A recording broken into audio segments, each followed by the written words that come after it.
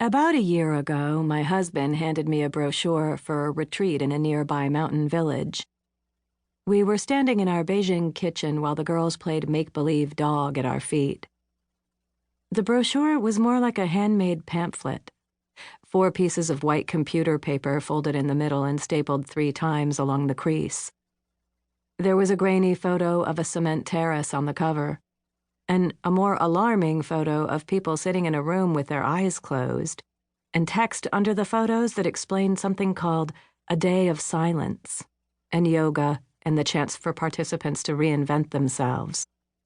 My husband, Lucas, told me these things would make a good week's vacation for me, and he smiled while I looked at the photos, but it was a distant smile. He went back to his bowl of rice, and I pressed myself against the edge of our stove until my lower back hurt. And I felt so lonely, I almost cannot say.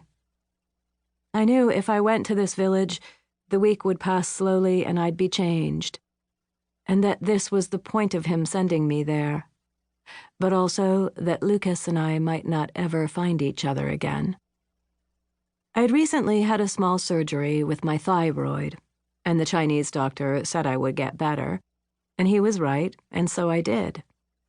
But I'd been in and out of hospitals that previous winter. And when I was home, I lay on the couch while Lucas and the girls continued on with their lives. Mila was 8, Elizabeth was 7.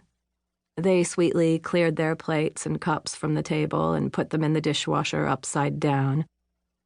Lucas often read the bedtime stories, and I saw he was trying hard to help me, but that I wasn't needed as much as I thought, and that I must learn how to be a different kind of mother, a different kind of wife. It still feels like that now while I write this, that I cannot go back to the way I was before. I will also say that when Lucas handed me the brochure in our kitchen, I didn't know how to be in a marriage, a real marriage. I'm not sure he did either. He was from Denmark and had lived in Beijing for 15 years, making music, and he stormed about the government's crackdown on journalists and rising nationalism. But I'm not sure he'd ever learned how to really listen.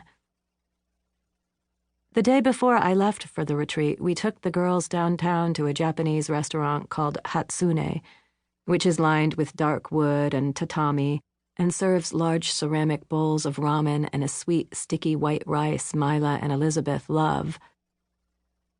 After the rice got served, I told the girls I was going away for the week to a tiny village called Shashon, and they stared at me with their grave eyes and clouds of hair.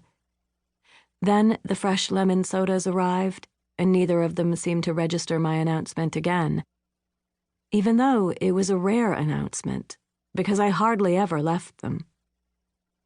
They played tic-tac-toe with a small pad of paper and pens I'd brought in my bag, and got up to look at the oversized catfish in the aquarium.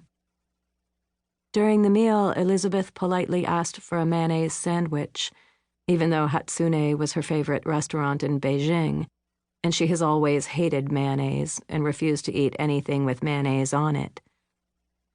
When we got home, Lucas made her the mayonnaise sandwich, and I stayed with her in the kitchen while she ate it so Lucas could put Mila to bed. There are 2 steel stools with black matte leather seats at the end of the stone counter, and Elizabeth and I sat on these while she ate the whole sandwich, which became, I think, a kind of statement. Her long hair was tucked behind her ears, which saved it from getting in the mayonnaise, and she didn't say anything else about my leaving for the mountains.